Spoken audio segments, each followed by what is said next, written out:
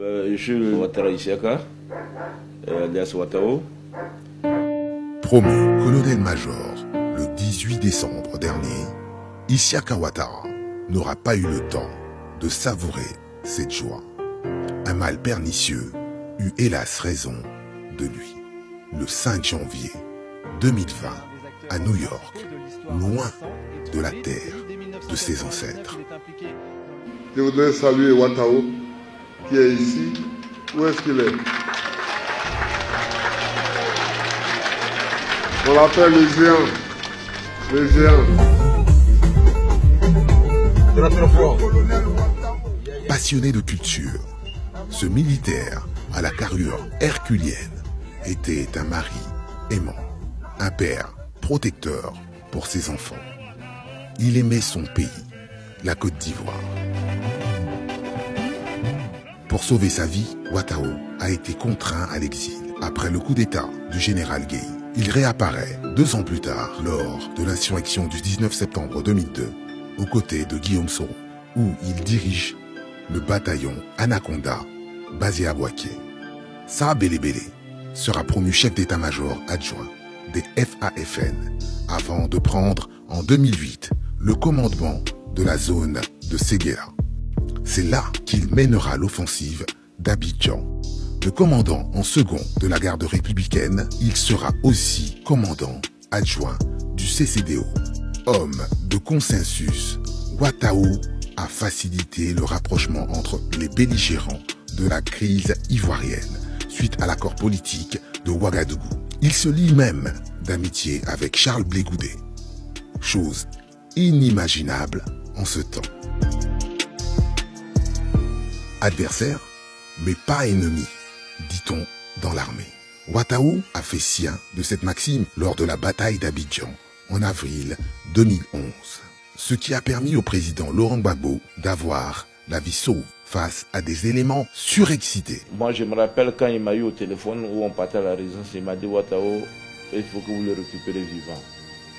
Il me disait, il m'indiquait pour faire ça, faire ça, faire ça. Et quand on l'a pris, quand on a eu Gbagbo, j'ai eu le Premier ministre dans ce temps, il lui a dit, ah, avec moi, il est dans la voiture. Il m'a dit, ok, ramène le golf et ramène le jusqu'à dans ma chambre au 4e étage où il était. Et c'est là que j'ai amené le président Gbagbo. Il était assis là-bas tranquille, jusqu'à ce qu'il vienne le trouver là-bas. Il a dit de le protéger de telle sorte que rien ne lui arrive. Et c'est ce que j'ai fait, qui est une mission qui était très difficile. Ça, parce que moi-même, il y a des éléments où j'ai pris des coups qui ont voulu à la vie du président Gbagbo. Sa proximité avec Guillaume Soro ne faisait l'ombre d'aucun doute. Loyal et plein de gratitude, il a toujours entretenu des relations fortes malgré les nouvelles réalités du moment. Guillaume Soro s'est exclusivement consacré à la politique et Ouattao, lui, à l'armée. Fini l'époque de Bouaké, mais les liens fraternels sont restés intacts. Aujourd'hui, tout le monde se tape la poitrine, tout le monde est garçon. Tout le monde a fait ça, tout le monde a fait ça.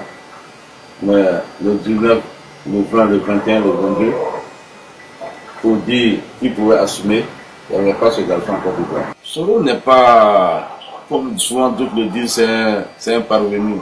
Soro n'est pas un parvenu. C'est ce que Soro a fait pour nous sauver la vie. Et c'est pourquoi j'ai décidé de me suivre ce monsieur jusqu'à la fin de ma vie. Donc c'est pour vous dire, tous ceux qui diront quoi qu'ils ne nous reconnaissent pas Soro le leader charismatique, mais le monde ne reconnaît que c'est le leader charismatique, rien n'est plus comme ça. Vous savez, bon, moi personnellement, peut-être que je suis mal placé de parler de Soro.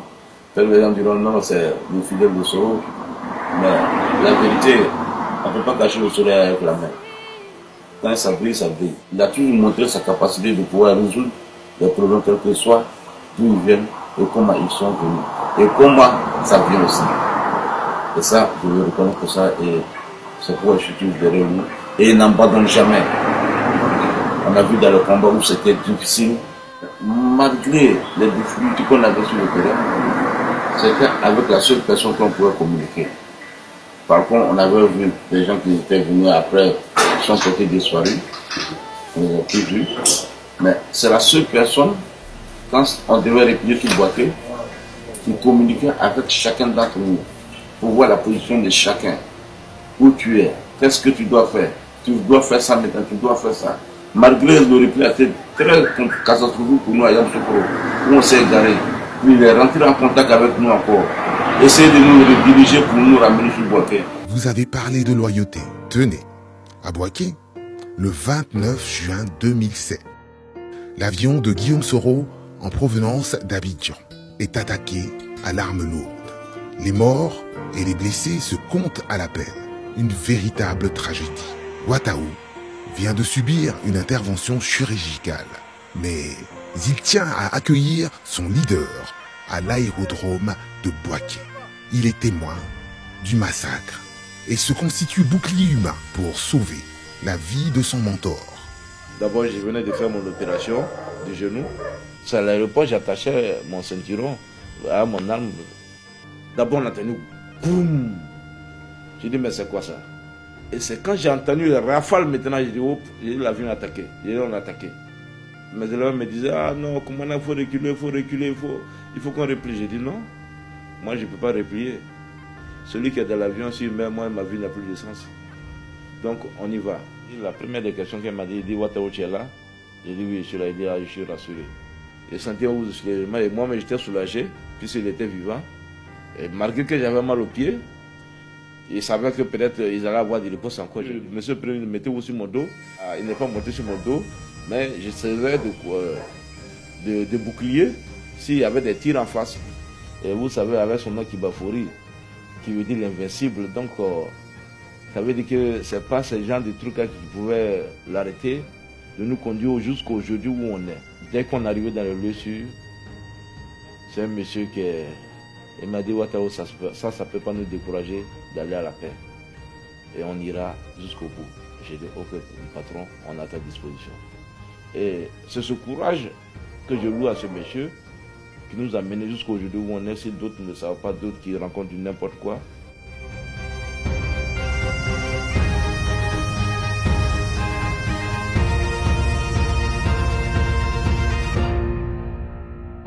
Et quand je vois sur les réseaux, sur la presse, que monsieur ne mérite pas ça, j'aimerais dire à M. Soro de rester serein, Dieu au contrôle, tous les attaques viendront, mais qu'il reste serein.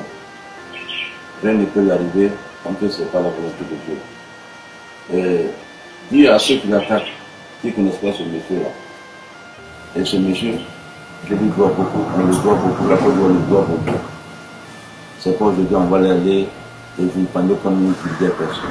La République est unique et indivisible. C'est pas nous qui allons venir se mettre de la ciserne aujourd'hui à Côte d'Ivoire. Et que tout le monde se mette en tête que nous ne sommes pas des fraudeurs de tout. Il y a un adage chez nous qui dit qu'il ne faut pas faire comme les chiens, vomir et puis remanger. Nous ne le faisons pas, nous ne sommes pas des chiens. On ne vomit pas et puis remanger. Soyons au moins reconnaissant pour sa vie et sa jeunesse qu'il a donnée pour la France. Vraiment, la République en marche, ce n'est pas la peine qu'on vienne souvent faire les vieux de monde. Les vieux de monde dorment, le salon dormir, c'est mieux.